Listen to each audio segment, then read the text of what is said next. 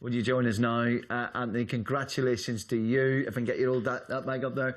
I wanted to start right with this morning and that session that you put in to put yourself in such a good situation. Just talk me through how that felt, just frame after frame after frame.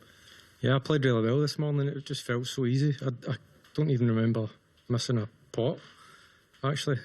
Just every time I got in, I seemed to make a break or win the frame, and it felt so easy. But then tonight, Ronnie came back at me, and it didn't feel quite as easy.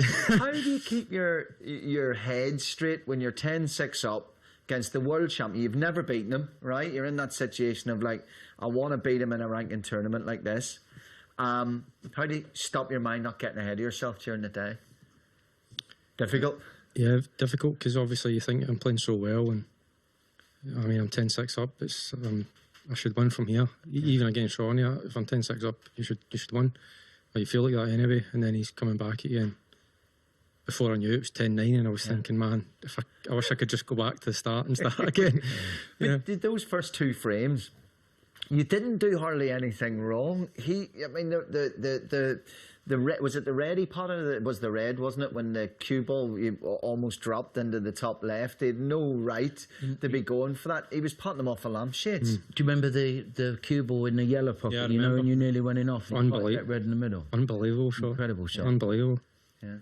So you're sitting there in your head, and he's coming back at you. Take us into that of you, because you've just had this. As Jimmy said, he thinks you've got the mental fortitude to go really deep this week. What were you saying to yourself as he was coming back at you? I just try to play one frame at a time, but even when it's going well, I try not to get too carried away. That I mean, you know, if I made a break in the previous frame, every frame's a new frame. Yeah. And to be honest, I felt good tonight. I did, but I just couldn't get it going. I missed a couple of easy shots and made a few mistakes, but I still felt good. I didn't feel like I was gone. I felt as though my game was still there, and I managed to produce at the end. We say that's why we love the game. You know, you're watching it, the world champion's coming back, he's 11-10 up, you think he's got, and you go and then you win 3 out of 4. Was there any particular moment where you felt it clicked for you? Any little thing that happened? No, because like I said just then, even when it was going bad and I was losing all the frames, I still felt good. Even though the shots that I was playing, they weren't going the way I wanted them to go, I still felt really good. Yeah. And I felt as though if I could just get a chance in the balls, I was going to win the frame. Yeah. And the last 2 frames, the chances were kind of easy. Like the reds were there, and whereas before the frames were kind of scrappy and I just couldn't get around them. Yeah. The total clearance, I mean, to put that in when you put that in was just unbelievable, to take it to a decider. I mean, what more do you need for belief when that happens? No, it was a cracking break. It was nice and fluent, and I felt, you know, as though I just was thinking, man, where's this been like for the whole night, you know, but better late than never. Yeah, listen, we know what it means to you when you knew you were over the line, when you knew you'd knocked them out, you were into the quarterfinals, you give it a proper shout, the crowd reacted as well, and this is what you play snooker for. I know, I've never done that before in my life, never, and I didn't plan, it just happened, but I just put a lot of practice. I put so much practice in, and you feel as if you never get any reward. And then last year it was obviously second in to lose last year, and it just to win a big match just feels so good. Yeah. See where Anthony is, you know, he's a properly dedicated snooker player. You know, I've been to where he practices and that. You know, and when you went 10 each with him today, he's played well to come back. If you thought at the start of the match you'd be happy to be 10 each. Of course. But he doesn't have that sort of mindset. For me, he just concentrates on his own game, his own demeanour, his own pre-shot routine, and he just focuses on his game. So really, it doesn't really matter to him if it's O'Sullivan, John Higgins, whoever's in the other seat. He just focuses on his own game, and this is why he's become so strong, especially in these long matches. Were you able to be as hard-headed tonight that as you were coming out for the deciding frame, you didn't have any thought of last year's semi-final in the deciding frame? No, I didn't. No, because you know Karen Wilson the other just side as well, and no, you know we were thinking, I wonder what because of course a normal mortal like me would just be thinking, I was here at this stage last year, and you know.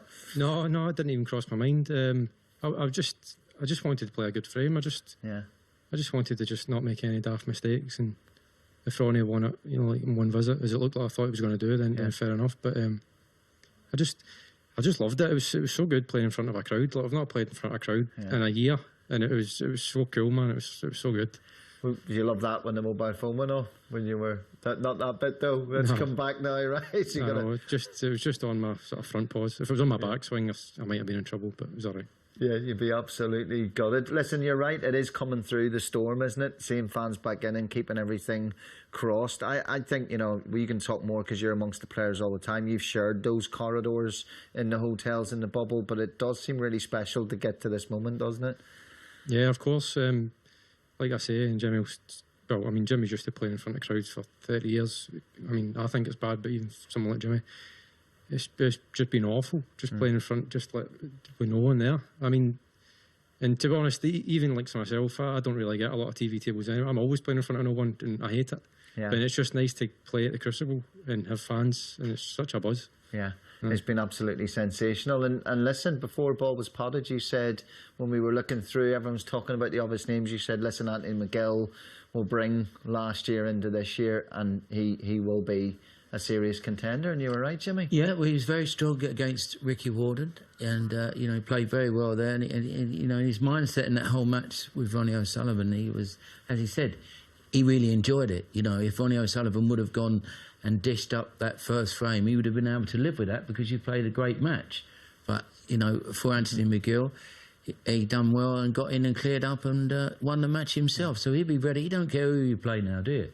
No, of course not. Don't care, don't worry. Not worried at all. Happy days. So, brilliant. Thank you so much for coming in and talk to us. Really appreciate that. Thank you so much. Congratulations. What a thrill it has been to watch that match.